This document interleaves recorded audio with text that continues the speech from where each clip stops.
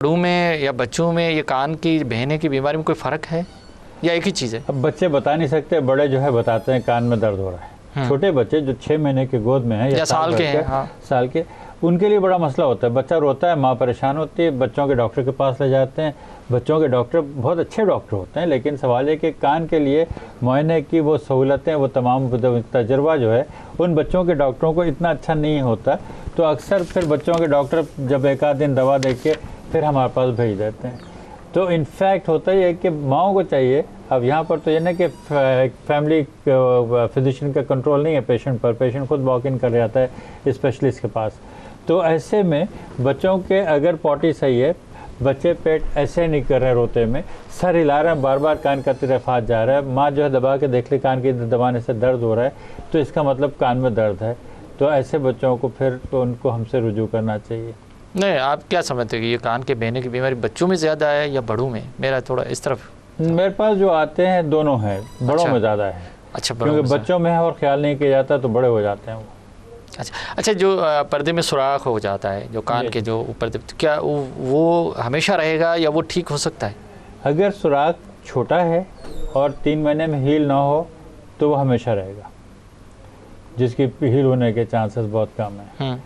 ऐसे सुराख जिन चोट लगती है और अच्छी एंटीबायोटिक ले लेते हैं, या ऐसे सुराख जिनमें इन्फेक्शन हो गया, कान के पर्दे में सुराख हो गया, अगर अच्छी एंटीबायोटिक लें तो 50-50 चांस है कि वो ठीक हो जाए। लेकिन अगर सुराख बड़ा हो तो अक्सर वो फिर ठीक नहीं होता, और ठीक नहीं होता बहुत अरसे तक सुराख रहे। और एक टाइम लिमिट दे दूँ, जो सुराख 3 से 6 महीने में ठीक ना हुआ हो वो कभी उम्मीद नहीं रखें कि खुद से ठीक हो जाएगा। उससे क्या आवाज़ सुनने में कमी आ जाएगी, बहरापन आ जाएगा? थोड़ा सा बहरापन होता रहेगा और इतना बतदरीज होगा कि बंदे को उसका एहसास नहीं होता है। जब ज़्यादा हो जाता है तो ऑफिस में लोग टोकते हैं कि तुम बात सुनते नहीं हो, या बीवी कहती है कि ये तवज्जो नहीं दे रहे हैं, तो खुद को एहसास नहीं होता, क्योंकि इतना स्लोली वो चेंजेस आती हैं कि आप अपने आप को उस तरह एडजस्ट करते जाते हैं।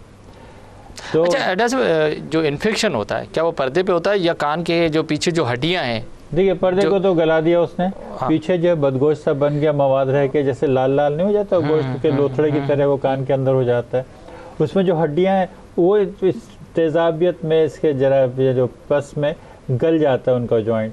लेकिन क्योंकि बदगोश है तो वो हियरिंग इतनी कम नहीं होती, क्योंकि ट्रांसमिट करने के लिए बदगोश उन हड्डियों के गैप में जमा हो गया, तो फिर भी उनका आवाज़ तो पहुंच रही है। ऐसे में ये मुश्किल आ जाती है कि जब सर्जरी करते हैं तो हम बदगोश पूरा निकाल लेते हैं, तो वो हड्डियों का जो गैप है वो जब नुमाया हो जाता है तो फिर सर्जरी तो करते हैं। अगर आपको एक्सपर्टीज ना हो, उनको निकाल कर दोबारा फिट ना करें तो यू कॉज मोर डेफनेस। सो ऐसे लोग जो उन गली हुई हड्डियों को दोबारा निकाल के तराश के दोबारा उधर लगा देते हैं, इस तरह की सर्जरी करने वाले, मेरा ख्याल है कि एक हाथ की इन उंगलियों पर उनके नाम आएंगे पूरे पाकिस्तान में, जिसे कहते हैं ऑसिकुलोप्लास्टी, यानी ऑसिकल्स की प्लास्टिक सर्जरी। बहुत मुश्किल काम है ये, बहुत डेलिकेट काम है ये, ऐसे सुनारों वाला काम है। मैं तो हैरान रहता हूँ कि सुनार हमारे कितना प्यारा काम करते हैं, क्योंकि जब मुझे ऑसिकुलोप्लास्टी करनी पड़ती है और ड्रिल से मैं तराशता हूँ उन हड्डी को, वो शेप में, उस सुराख को और गोलाई को लेके ताकि वो फिट बैठ सके, तो वो मुझे सुनार याद आते हैं कि उनका हर छल्ला। अच्छा, वो जो अगर थोड़ा उसमें दूरी आ गए, अगर उनमें दूरी आ जाए तो फिर आवाज़ सुनने में अच्छा, एक बात थोड़ा आगे बढ़ाता हूँ कि बहुत सारे लोगों के आवाज़ सुनने जो है ना, मतलब आवाज़ जो सुनने की सलाहियत है वो कम होती जाती है, बहरापन होता जाता है दोनों कानों में। ये कोई तकलीफ नहीं है या ये कोई बीमारी है? ये भी है, क्योंकि स्लोली एजिंग प्रोसेस से दोनों कान में आहिस्ता आहिस्ता कम सुनाई देने लगता है। या वो लोग जो लाउड म्यूजिक सुनते हैं, MP3 player and this and that new fashionable gadgets, they are causing deafness. सब पीपल डोंट रियलाइज। मेरे पास यंगस्टर्स आते हैं जिनको सुनाई देना, क्यों उनके जो साउंड है वो उनको डैमेज करती है। नॉइज पोल्यूशन, क्योंकि सुनने के उन सेल्स को आपने ज़ोर से इतने वाइब्रेट करते रहे, उन पर इतना फिशार और इतना लाउड साउंड्स का बुरा असर होता रहा कि उनमें कमज़ोरी हो गई, और उनके जो उनके नस से जो ले जाने की तकवीत है वो ख़त्म होती गई, उनकी नस नर्व वीकनेस हो जाती है, उनको डेफनेस, नर्व डेफनेस। अच्छा, नर्व पर इफेक्ट होता है साउंड का। अच्छा, तो ये नॉइज़ पोल्यूशन में खुसूसन जो लोग ज़्यादा शोर में काम करते हैं, इसीलिए तो हम कहते हैं फैक्ट्री में काम करने वालों को जो शोर मशीनों में काम करते हैं, मफ्स लगाएं, ईयर प्रोटेक्शन करें अपने आप को, वरना उनको एक ज़माने में आके डेफनेस शुरू हो जाती है। अच्छा, इन्हें किसी बीमारी की वजह से डेफनेस हो सकती है? बीमारी की वजह से गर्दन तोड़ बुखार से दोनों कान से सुनाई देना खत्म हो सकता है, जो बच्चों में होता है, जो बड़ों में भी हो सकता है। Any age, there is no limit for age. अच्छा, बहुत तेज़ बुखार हो जाए, बहुत ज़्यादा शिद्दत का बुखार हो जाए जिसका 106 तक टेम्परेचर है, वहाँ पे भी हमें डर रहता है कि डेफनेस ना हो जाए। वायरल इन्फेक्शन हिट कर जाता है हियरिंग को, हियरिंग ख़त्म हो जाती है। अच्छा, उससे भी हो सकता है। उससे भी हो सकता है। डॉक्टर साहब, एक कॉलर है हमारे साथ, उसको भी शामिल कर दें। हेलो, अस्सलाम वालेकुम। वालेकुम अस्सलाम। जी मैं आयशा बात कर रही हूँ कराची से। मुझे डॉक्टर साहब से सवाल पूछना था। बड़ी मेहरबानी आशा, आपने फ़ोन की। डॉक्टर साहब मौजूद हैं, आप सवाल पूछिए। जी मेरा एक बच्चा है 2 साल का, उसको दोनों कानों से सुनाई नहीं देता।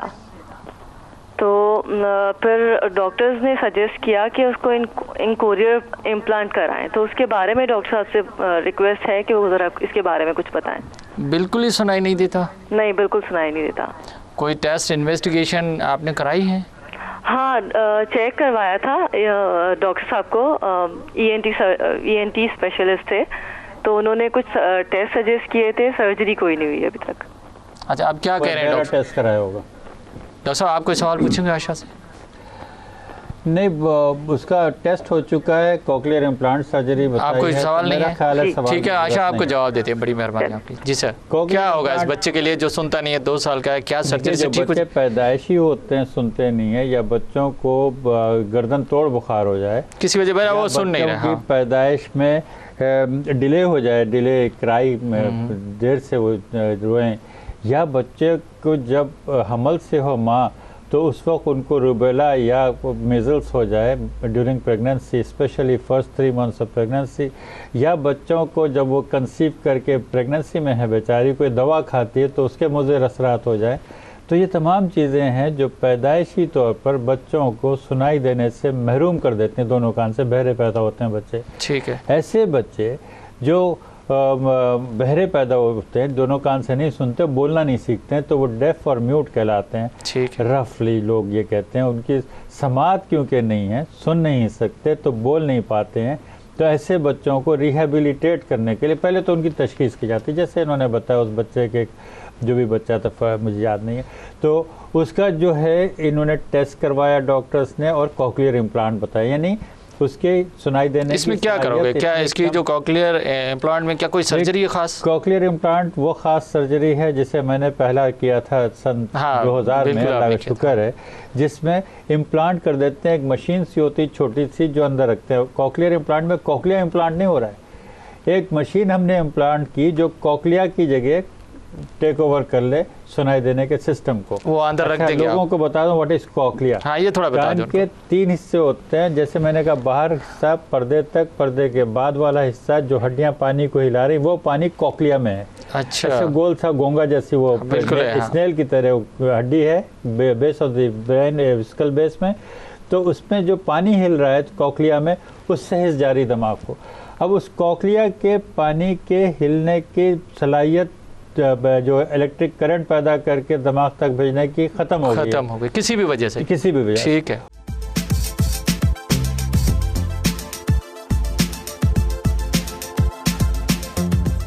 वेलकम बैक नाज़रीन। अच्छा, तो पंहिंजो ॻाल्हियुनि जो सिलसिलो ॿीहर डॉक्टर मीर फज़ीउल्लाह सां शुरू करियो। अॼु असां कन नके गले जी बीमारियुनि बाबति ॻाल्हि ॿोल करे रहिया आहियूं। तव्हां बि फ़ोन करे को बि सवाल डॉक्टर साहब खां पुछी सघो था, ऐं डॉक्टर साहब हिते मौजूदु आहे। असांजो नंबर जेको स्क्रीन ते अचे थो हुन ते तव्हां फ़ोन करे सघो था।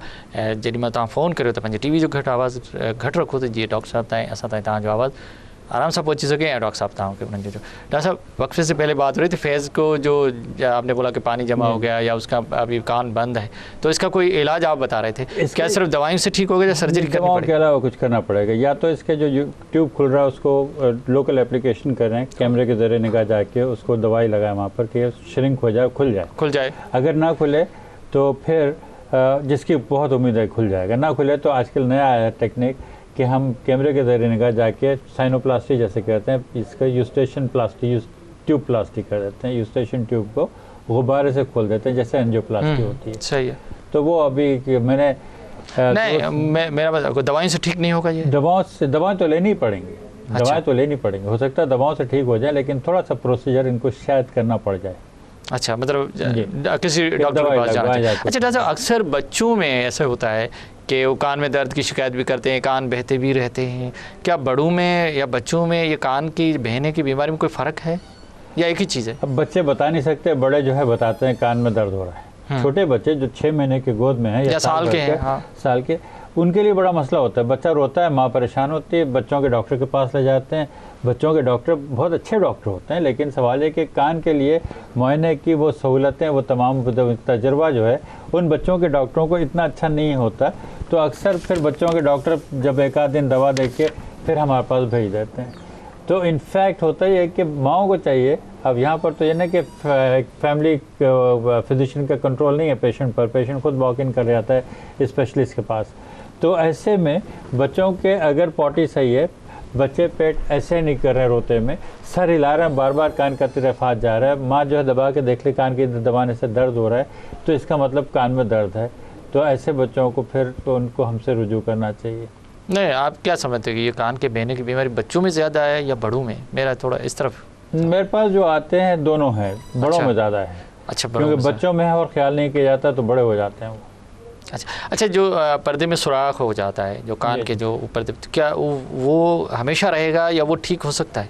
अगर सुराख छोटा है और 3 महीने में हील ना हो तो वो हमेशा रहेगा, जिसकी हील होने के चांसेस बहुत कम है।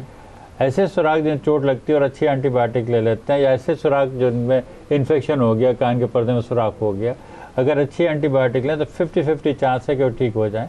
लेकिन अगर सुराख बड़ा हो तो अक्सर वो फिर ठीक नहीं होता, और ठीक नहीं होता बहुत अरसे तक सुराख रहे। और एक टाइम लिमिट दे दूँ, जो सुराख 3 से 6 महीने में ठीक ना हुआ हो वो कभी उम्मीद नहीं रखें कि खुद से ठीक हो जाएगा। उससे क्या आवाज़ सुनने में कमी आ जाएगी, बहरापन आ जाएगा? थोड़ा सा बहरापन होता रहेगा और इतना बतदरीज होगा कि बंदे को उसका एहसास नहीं होता है।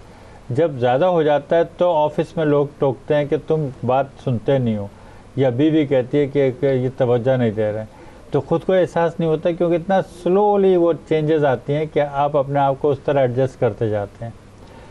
तो अच्छा, जो इन्फेक्शन होता है क्या वो पर्दे पे होता है या कान के जो पीछे जो हड्डियां हैं? देखिए, पर्दे को तो गला दिया उसने, हाँ। पीछे जो बदगोश्त सा बन गया, मवाद रह के जैसे लाल लाल नहीं हो जाता गोश्त के लोथड़े की तरह, वो कान के अंदर हो जाता है। उसमें जो हड्डियां हैं वो इस तेजाबियत में, इसके जरा जो पस में गल जाता है उनका जॉइंट। लेकिन क्योंकि बदगोश है तो वो हियरिंग इतनी कम नहीं होती, क्योंकि ट्रांसमिट करने के लिए बदगोश उन हड्डियों के गैप में जमा हो गया, तो फिर भी उनका आवाज़ तो पहुंच रही है। ऐसे में ये मुश्किल आ जाती है कि जब सर्जरी करते हैं तो हम बदगोश पूरा निकाल लेते हैं, तो वो हड्डियों का जो गैप है वो जब नुमाया हो जाता है, तो फिर सर्जरी तो करते हैं। अगर आपको एक्सपर्टीज ना हो, उनको निकाल के दोबारा फिट ना करें तो यू कॉज मोर डेफनेस। सो ऐसे लोग जो उन गली हुई हड्डियों को दोबारा निकाल के तराश के दोबारा उधर लगा देते हैं, इस तरह की सर्जरी करने वाले, मेरा ख्याल है कि एक हाथ की इन उंगलियों पर उनके नाम आएंगे पूरे पाकिस्तान में, जिसे कहते हैं ऑसिकुलोप्लास्टी, यानी ऑसिकल्स की प्लास्टिक सर्जरी। बहुत मुश्किल काम है ये, बहुत डेलिकेट काम है ये, ऐसे सुनारों वाला काम है। मैं तो हैरान रहता हूँ कि सुनार हमारे कितना प्यारा काम करते हैं, क्योंकि जब मुझे ऑसिकुलोप्लास्टी करनी पड़ती है और ड्रिल से मैं तराशता हूँ उन हड्डी को, वो शेप में उस सुराख को और गोलाई को लेके ताकि वो फिट बैठ सके, तो वो मुझे सुनार याद आते हैं कि उनका हर छल्ला। अच्छा, वो जो अगर थोड़ा उसमें दूरी आ गए, अगर उनमें दूरी आ जाए तो फिर आवाज़ सुनने में अच्छा, एक बात थोड़ा आगे बढ़ाता हूँ कि बहुत सारे लोगों के आवाज़ सुनने जो है ना, मतलब आवाज़ जो सुनने की सलाहियत है वो कम होती जाती है, बहरापन होता जाता है दोनों कानों में। ये कोई तकलीफ नहीं है या ये कोई बीमारी है? ये भी है, क्योंकि स्लोली एजिंग प्रोसेस से दोनों कान में आहिस्ता आहिस्ता कम सुनाई देने लगता है। या वो लोग जो लाउड म्यूजिक सुनते हैं, MP3 player and this and that new fashionable gadgets, they are causing deafness. सब पीपल डोंट रियलाइज। मेरे पास यंगस्टर्स आते हैं जिनको सुनाई देना, क्यों उनके जो साउंड है वो उनको डैमेज करती है। नॉइज पोल्यूशन, क्योंकि सुनने के उन सेल्स को आपने ज़ोर से इतने वाइब्रेट करते रहे, उन पर इतना फिशार और इतना लाउड साउंड्स का बुरा असर होता रहा कि उनमें कमज़ोरी हो गई, और उनके जो उनके नस से जो ले जाने की तकवियत है वो ख़त्म होती गई, उनकी नस नर्व वीकनेस हो जाती है, उनको डेफनेस, नर्व डेफनेस। अच्छा, नर्व पर इफेक्ट होता है साउंड का। अच्छा, तो ये नॉइज़ पोल्यूशन में खुसूसन जो लोग ज़्यादा शोर में काम करते हैं, इसीलिए तो हम कहते हैं फैक्ट्री में काम करने वालों को, जो शोर मशीनों में काम करते हैं, मफ्स लगाएं, ईयर प्रोटेक्शन करें अपने आप को, वरना उनको एक ज़माने में आके डेफनेस शुरू हो जाती है। अच्छा, इन्हें किसी बीमारी की वजह से डेफनेस हो सकती है? बीमारी की वजह से गर्दन तोड़ बुखार से दोनों कान से सुनाई देना खत्म हो सकता है, जो बच्चों में होता है, जो बड़ों में भी हो सकता है। Any age, there is no limit for age. अच्छा, बहुत तेज़ बुखार हो जाए, बहुत ज़्यादा शिद्दत का बुखार हो जाए जिसका 106 तक टेम्परेचर है, वहाँ पे भी हमें डर रहता है कि डेफनेस ना हो जाए। वायरल इन्फेक्शन हिट कर जाता है हियरिंग को, हियरिंग ख़त्म हो जाती है। अच्छा, उससे भी हो सकता है? उससे भी हो सकता है। डॉक्टर साहब, एक कॉलर है हमारे साथ, उसको भी शामिल कर दें। हेलो, अस्सलाम वालेकुम। वालेकुम अस्सलाम।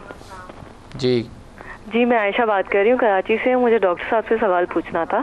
बड़ी मेहरबानी आशा, आपने फ़ोन की। डॉक्टर साहब मौजूद हैं, आप सवाल पूछिए। जी, मेरा एक बच्चा है 2 साल का। उसको दोनों कानों से सुनाई नहीं देता। तो फिर डॉक्टर्स ने सजेस्ट किया कि उसको कोक्लियर इम्प्लांट कराएं। तो उसके बारे में डॉक्टर साहब से रिक्वेस्ट है कि वो ज़रा इसके बारे में कुछ बताएं। बिल्कुल ही सुनाई नहीं देता? नहीं, बिल्कुल सुनाई नहीं देता। कोई टेस्ट इन्वेस्टिगेशन आपने कराई है? हाँ, चेक करवाया था डॉक्टर साहब को। ENT स्पेशलिस्ट थे, तो उन्होंने कुछ टेस्ट सजेस्ट किए थे। सर्जरी कोई नहीं हुई अभी तक। अच्छा, अब क्या कह रहे हैं डॉक्टर? टेस्ट कराया होगा। डॉक्टर साहब, आप कोई सवाल पूछेंगे आशा से?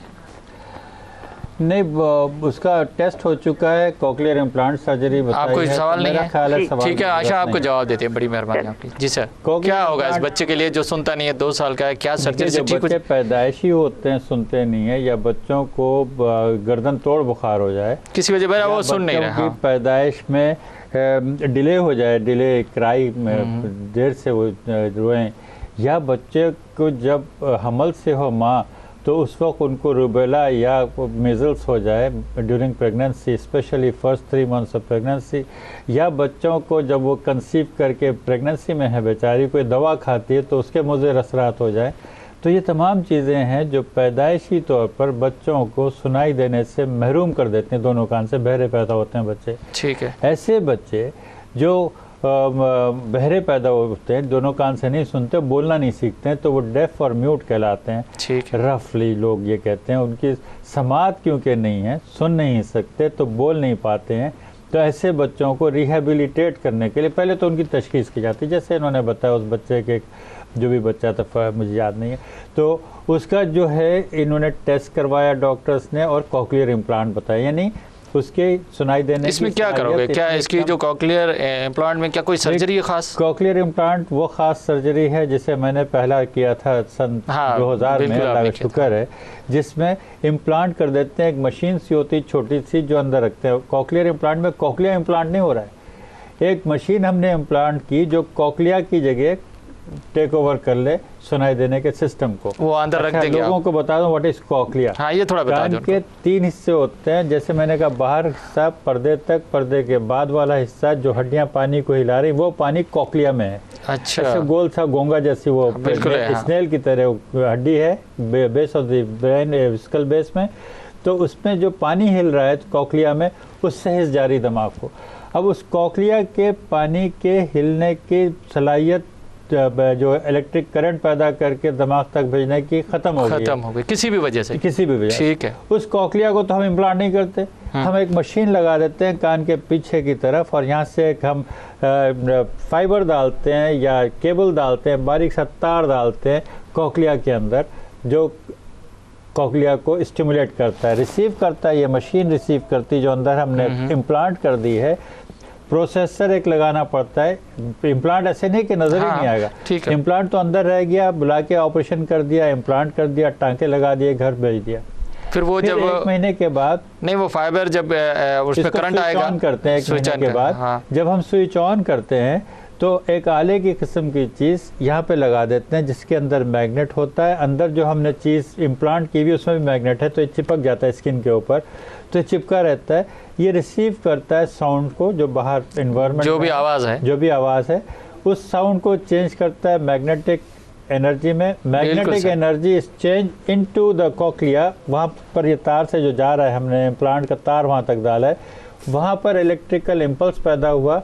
वो उसके इम्पल्स की इसी तरह है खसूसियत, जैसे कि मैं बात कर रहा हूँ तो आप सुन रहे हैं, वहाँ से एक हिस्स पैदा हुई, दिमाग हो गई, तो वो सुन लेगा। कोक्लिया इतना कमज़ोर हो गया था कि हमने इस केबल से उसको स्टिमुलेट किया, और स्टिमुलेशन इस कदर तेज़ किया कि उससे इतना करंट पैदा हो कि आवाज़ जाए। तो दिस इज कॉकलियर इम्प्लांट। अगर वो कॉकलियर इम्प्लांट करा दें तो ये सुन सकता है? कॉकलियर इम्प्लांट करा दें तो उसको सुनाई देने लगेगा उस कान से जहाँ कॉकलियर इम्प्लांट हो रहा है। बहुत ज़बरदस्त बात की है। मेरे ख्याल में आशा किसी अच्छे सर्जन से उसके कॉकलियर इम्प्लांट करा देंगी तो उसकी आवाज़ सुनने की सलाहियत वापस आ जाएगी, तो जब सुनेगा तो बोल भी सकेगा। डॉक्टर साहब एक कॉलर और भी है, उसको भी शामिल करते हैं। हेलो, अस्सलाम वालेकुम। वालेकुम सलाम। डॉक्टर साहब। वालेकुम सलाम। जी डॉक्टर साहब, मैं अपनी बहन के साथ आपके पास आई थी। नाम बताइए आप पहले। निगाह सुल्ताना मेरा नाम है, मेरी बहन का गौसिया सुल्ताना है। तो उनके नज़ला जो है ना वो बहुत पुराना है, यानी कि 10-15 साल पहले का है। तो ये उल्टी तरफ उनको करंट लगता है और ये आपने कहा था कि वो करवा लें, क्या कहा था? पता नहीं कुछ कहा था आपने, सिटी स्किन। तो वो करवा लिया उन्होंने, उसमें तो कुछ भी नहीं आया। अब क्या तकलीफ है? अब बस करंट लगता है उनके उल्टी तरफ, पूरा पूरा मतलब उल्टे चेहरे पे। अच्छा, कान के साथ साथ?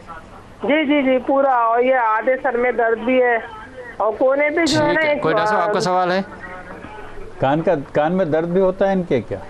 नहीं, कान में नहीं दर्द होता, सिर्फ करंट लगता है पूरे चेहरे पे, गाल पे। ठीक है, आपको जवाब देते हैं, बड़ी मेहरबानी, आपको जवाब देते हैं। वो ये को बोलते हैं कि पूरे चेहरे के हिस्से पे करंट लगता है। कान में आपके पास शायद आए थे, दिखाया था, उन्होंने बोला सीटी स्कैन भी करा लो। हाँ, अब ये नर्व का जो आप बता, नर्व का है। ये नर्व पेन है जो एकदम शूटिंग शार्प करंट वाला पेन है, जैसे कोई करंट लग गया है और बड़ा शदीद दर्द होता है। ये खुसूसन हवा ठंडी लग जाए या एसी का ब्लोअर लगे या आप मुंह धो रहे हो या शेव करते हो, कान से पूरे चेहरे पे आ जाता है। जी जनाब। तो ये इस हिस्से को जब इन्वॉल्व करता है तो इसके हम सिटी स्कैन कराते हैं कि उस नस को वहाँ देखें या MRI कराते हैं, जो मुनासिब टेस्ट होता है, ताकि उसकी वजह को पकड़ सकते हैं। बाज़ वक्त इसको ट्रीटमेंट करने के लिए इनको आराम नहीं आ रहा है तो न्यूरोसर्जन्स ब्रेन में उस नर्व के जो रूट्स हैं वो उसके रगड़ खाने से दर्द होता है, स्टिमुलेट होती है। तो उस रूट को जैसे शॉर्ट सर्किट है तो आपने टेप कर दिया, तो जो तार जा रहे हैं अगर वो एक्सपोज हो गए हो तो उसको इंसुलेटर एक बीच में रख देते हैं ताकि उस आपस में रगड़ ना लगे। तो इनको क्या करना चाहिए अब? इनको मुझसे मिलना चाहिए, मेरे को याद नहीं आ रही, निगहत नाम बताया, मैं कोशिश करता रहा सोचने की, लेकिन मेरे पास ये तशरीफ़ लाएँ। तो अगर ये वजह ये है कि ब्रेन की तरफ से है और न्यूरोसर्जन की तरफ से अगर कोई मदद चाहिए तो मेरे हॉस्पिटल में बहुत न्यूरोसर्जन, मतलब आप जब देखोगे सिटी स्कैन को तो पता चलेगा। तो अगर उसका डायग्नोज किया है न्यूरोलॉजिक पेन। अच्छा डॉक्टर साहब, आप बात कर रहे थे, फिर बीच में आशा ने बोला था वो कॉकलियर इम्प्लांट करेंगे तो जो आवाज़ जो है या साउंड सुन सकता था, तो आपने भी एक कॉकलियर इम्प्लांट किया था पाकिस्तान में, तो इसमें क्या करते हैं? हाँ, तो क्या उसमें जो कॉकलियर हड्डी है उसको निकालते हैं या उसको सिर्फ करंट पहुँचाते हैं? सिर्फ मैं एक सवाल बस, हम मशीन अंदर रखते हैं, कॉकलिया के अंदर केबल डालते हैं, तार डालते हैं, तो वो करंट वहाँ तक जो मशीन है वो रिसीव करके करंट कॉकलिया में इतना डालती है कि वहाँ से हिस पैदा हो जो नहीं हो रही थी पहले, वो हो जाएगी। अच्छा, अगर पैदाइशी भी हो तो भी हो जाएगी? पैदाइशी हो तो भी हो जाएगी। अच्छा, ऐसे कभी हुआ है कि पेशेंट जो है वो बड़ा हो, ठीक हो, फिर भी उसकी जो है ना कॉकलियर जो हिस्सा है वो ख़त्म हो गई हो?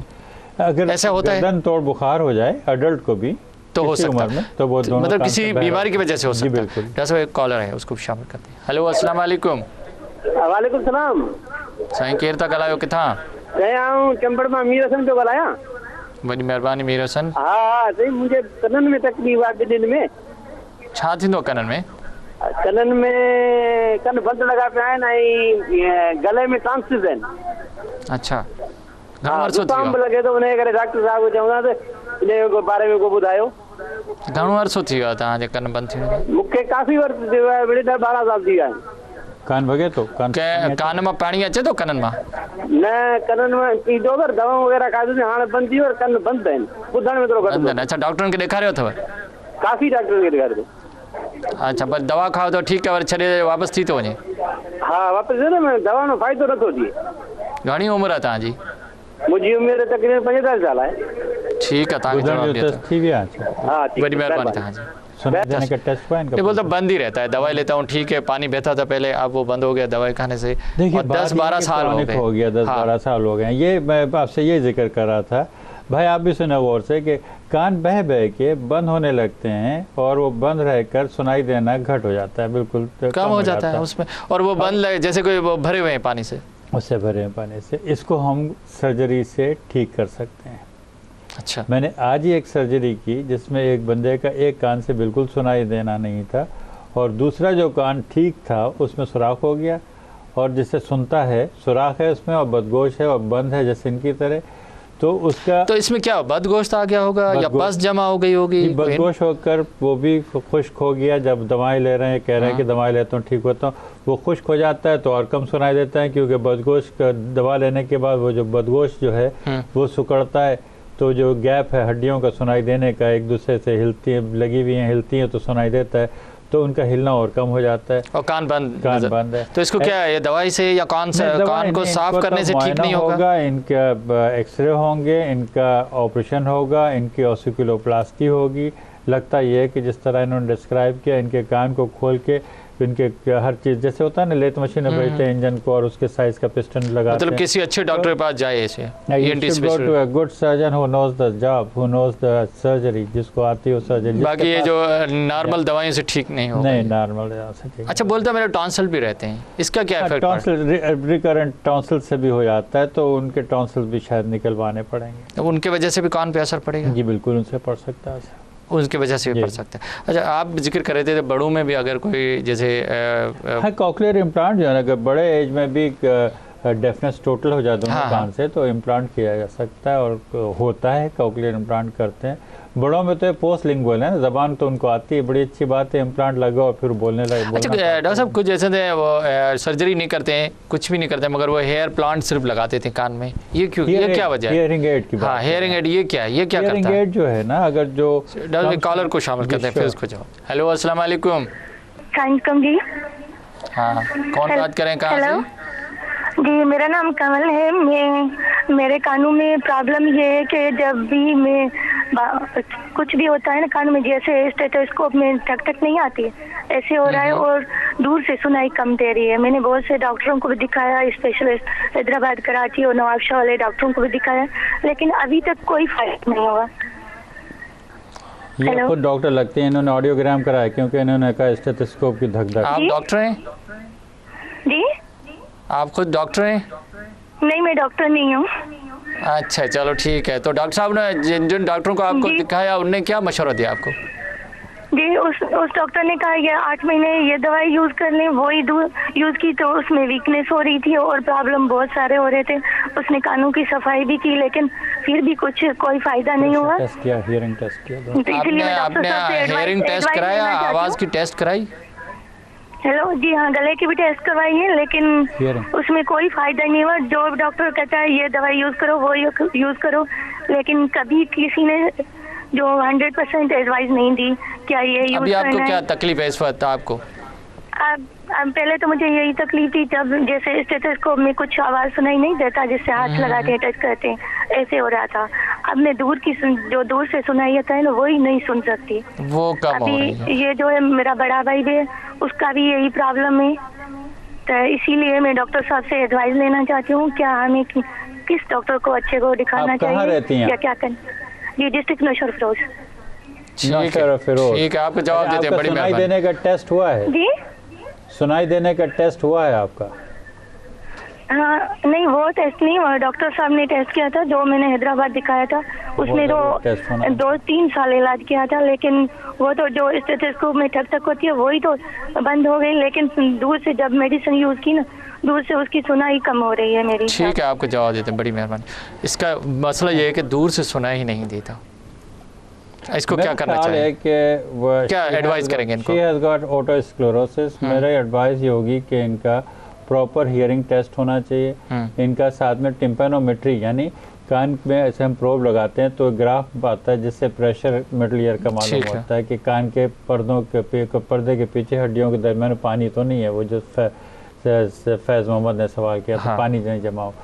अगर वो नहीं है, हड्डियां सख्त हैं, तो भी इस तरह ये आवाज़ें भी होने लगती हैं और कम भी सुनाई देता है।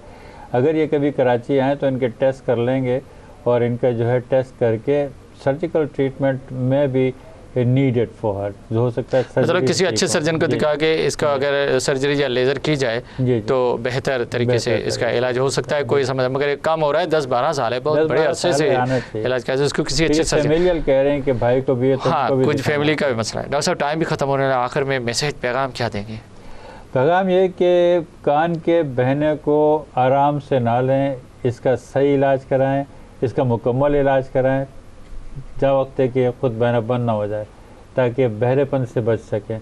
वरना आपको पता है कि आजकल मेडिकल चेकअप कितना स्ट्रिक्ट हो गया। जॉब्स में अगर कान के पर्दे में सुराख है, कान बह रहा है, तो आर्मी, एयरफोर्स और नेवल फोर्सेस में आपके जो है आपको जॉब नहीं मिलती। इतने 3 इदारे बंद हो गए, और जहाँ भी आप जॉब करने जाते हो आजकल मेडिकल चेकअप्स बहुत ज़रूरी हो गए हैं। तो कान के बहने को ईजी ना लें, कान का इलाज करें। बड़ी मेहरबानी डॉक्टर मीर फैसुल्ला, आप हमारे पास आए, बड़ी मेहरबानी। नाज़रीन, तव्हां असांजे मौजूद मेहमान डॉक्टर मीर फैसुल्ला ज़बरदस्त ॻाल्हि कई त कन जो जेको बहण आहे उनखे आम न सम्झणु घुरिजे, उनजो बिल्कुलु मुकमल इलाज करणु। जेकॾहिं असांजो आवाज़ जो ॿुधण जी सलाहियत, असांजे ॻाल्हाइण जी सलाहियत, असांजी नज़र जी सलाहियत बहितर आहे त असां बहितर आहियूं। पर जेकॾहिं असां में इन्हनि कंहिं बि शइ में को नुक़्स आहे त पोइ इहो अॻिते हली असां लाइ वॾा मसइला थो करे। तंहिंजे करे कन जी का बि बीमारी हुजे त फ़ौरन पंहिंजे प्रॉपर सही डॉक्टर खे ॾेखारियो ऐं उनजो सही इलाज करायो ऐं वक़्त सिर इलाज कयो। जेकॾहिं डॉक्टर साहब जे इन्हनि ॻाल्हियुनि ते असां अमल कयो त असांजी ज़िंदगी बहितर गुज़रंदी।